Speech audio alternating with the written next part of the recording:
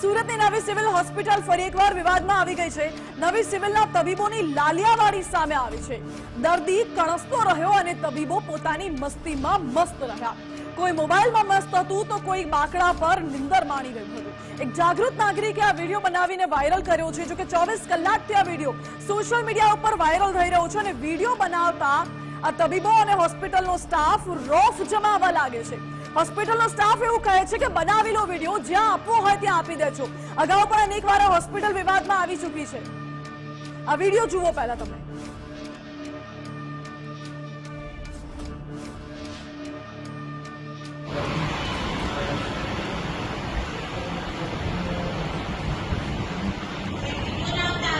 Madam ये भाई क्यारना आव्या छे तमे कही दो कि कोई डॉक्टर नहीं एम कही दो ने। इमरजन्सी वोर्ड में हूँ अत्यारे आव्यो छुं सिविल होस्पिटल सूरत। अत्यारना पेशंट हैरान थाय छे। इमरजन्सी वोर्ड में हूँ लाव्यो छुं। आ बधा डॉक्टर अहींया बैठा छे। आ पोजीशन अहींया चाली रहेली छे। आ क्यारना पेशंट ने लाव्या छे हजू लगीन कोई डॉक्टर आव्युं नथी। एमने बेक पेन थाय छे। अत्यारे बी हूँ कहूं छुं एमने बेक पेन थाय छे। हजू लगीन 5 मिनिट थई छे। इमरजन्सी वोर्ड में अमे आवेला छीए। अत्यार सुधी कोई आव्युं छे नहीं अहींया।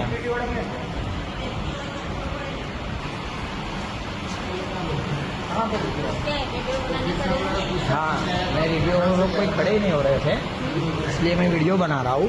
डिलीट करना हो तो मैं बाद में डिलीट कर दूंगा। पुलिस केस में कर देने का मेरे खिलाफ।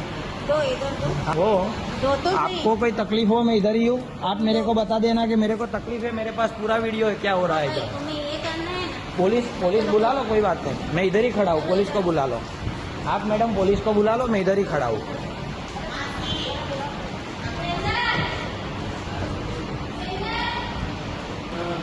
तो इमरजन्सी वोर्ड में डॉक्टर ની લાલિયાવાડીના દ્રશ્યો આપે જોયા। મારી સાથે સુરતથી સંવાદદાતા રાકેશ જોડાઈ ગયા છે। રાકેશ, એક વિડીયો સામે આવ્યો છે। સુરતની નવી સિવિલ હોસ્પિટલ પર ફરી એકવાર સવાલો ઉભા થઈ રહ્યા છે। સિવિલ હોસ્પિટલના સત્તાધીશો શું કરી રહ્યા હતા? શું નાઇટ શિફ્ટ દરમિયાન કોઈ ડોક્ટર હતા જ નહીં? આ બધા સવાલો।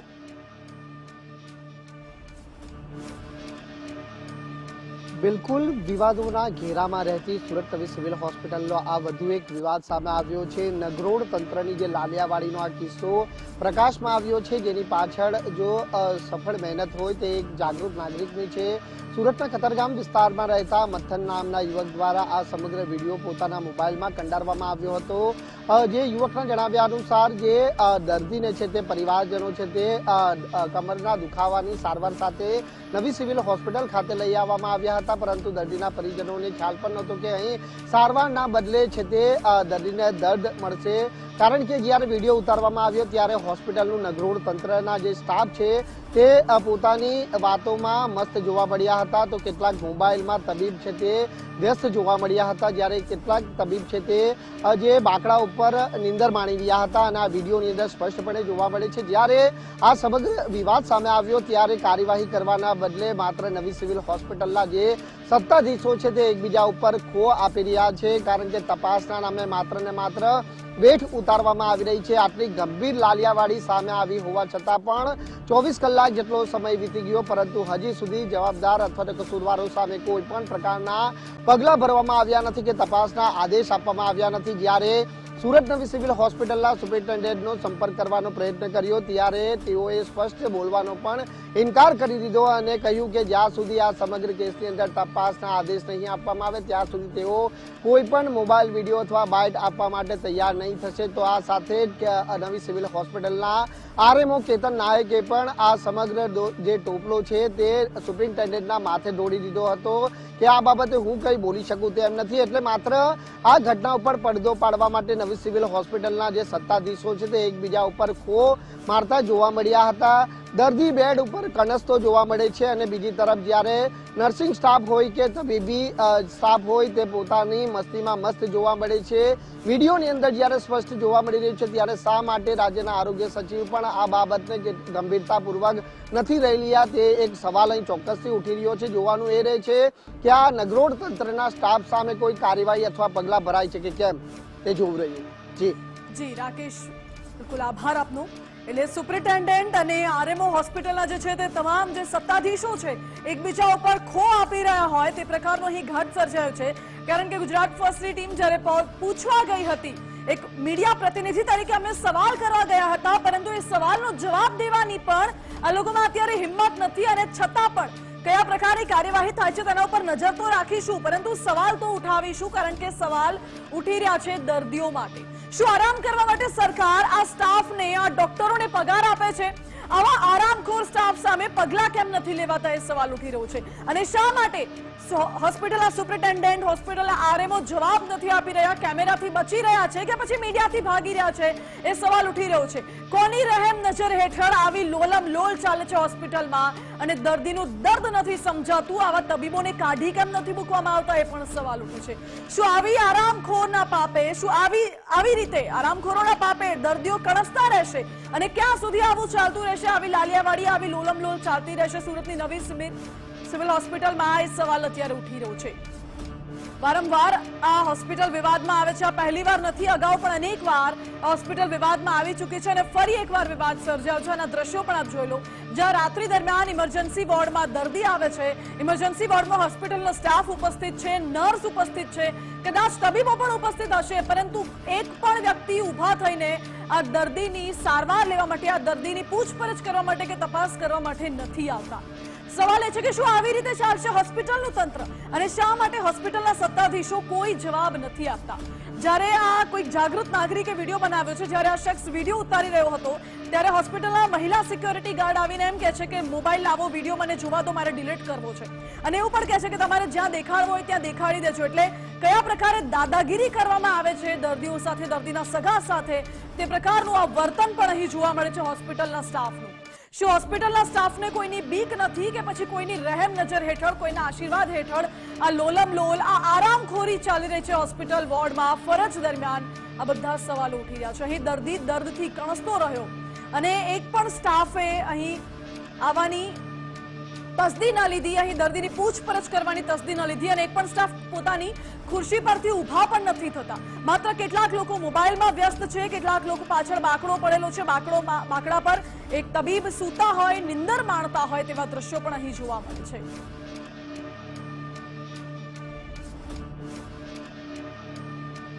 જે સવાલ ઉઠી રહ્યા છે કે શું આરામ કરવા માટે સરકાર આ તબીબોને, આ સ્ટાફને પૈસા આપે છે?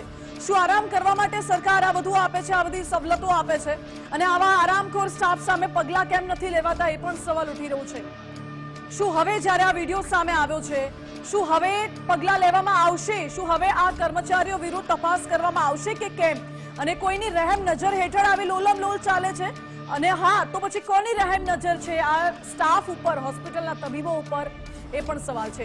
શા માટે હોસ્પિટલના સુપ્રિન્ટેન્ડન્ટ, હોસ્પિટલના આરએમઓ કશું જ જવાબ નથી આપતા, મીડિયાથી ભાગી રહ્યા છે, અને કેમ બોલતા ઇનકાર કરે છે? બધા જ સવાલો ઉઠી રહ્યા છે. જો આ તબીબો દર્દીનું દર્દ પણ નથી સમજી શકતા, જો આ નર્સને દર્દીનો એ અવાજ નથી સંભળાતો દર્દનો, તો પછી તેમને ક્યાંની તબીબી અને ક્યાંના નર્સ કહેવાય? આવા લોકો શું તબીબ અને નર્સ હોઈ શકે?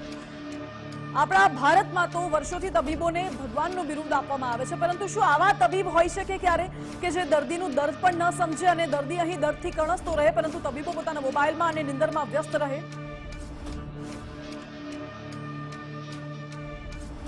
અમારી સાથે આજ મુદ્દે ફોન લાઈન પર એક આરટીઆઈ એક્ટિવિસ્ટ સંજય ઇજાવા જોડાઈ ગયા છે. સંજયભાઈ, સ્વાગત છે આપનું ગુજરાત ફર્સ્ટમાં.